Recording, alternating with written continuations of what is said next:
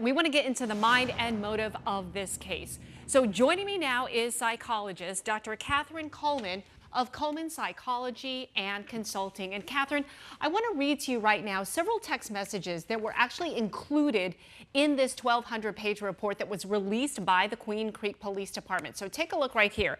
Here are some of them. It says, got in a fight, killed a kid, guess I don't know my own strength. That text was allegedly from 17-year-old Talon Renner. Here's another. Delete everything. Vids, texts, pics in costume. According to police, that text came from suspect Jacob Meisner. And then here's the last one. Bro, that kid died. This text was one police say came from suspect Taylor Sherman. All right, so Katherine, in light of all of this, it makes you wonder, why would they allegedly text things like this knowing that they could get in trouble, or did they just not realize? I don't know that it's that they don't realize, but in order to understand this, you have to first understand the development of the adolescent brain.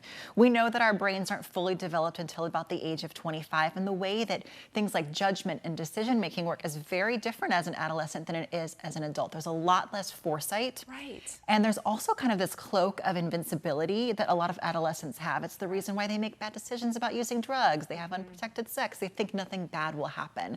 And so, you combine that with the fact that, we are overexposed to violent content pretty consistently. It's oftentimes glamorized, and we see that bad things happen and people don't get in trouble. Right, right. Okay, so now let's fast forward 6 months later. This Preston Lord case based here in the Valley has gotten international attention. Why do you think it's resonated to this level?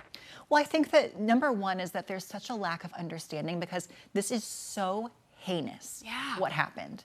And there was such a reckless disregard for Preston's life. Yes. And so as a society in general, we have a difficult time wrapping our head around this. And so we seek to understand.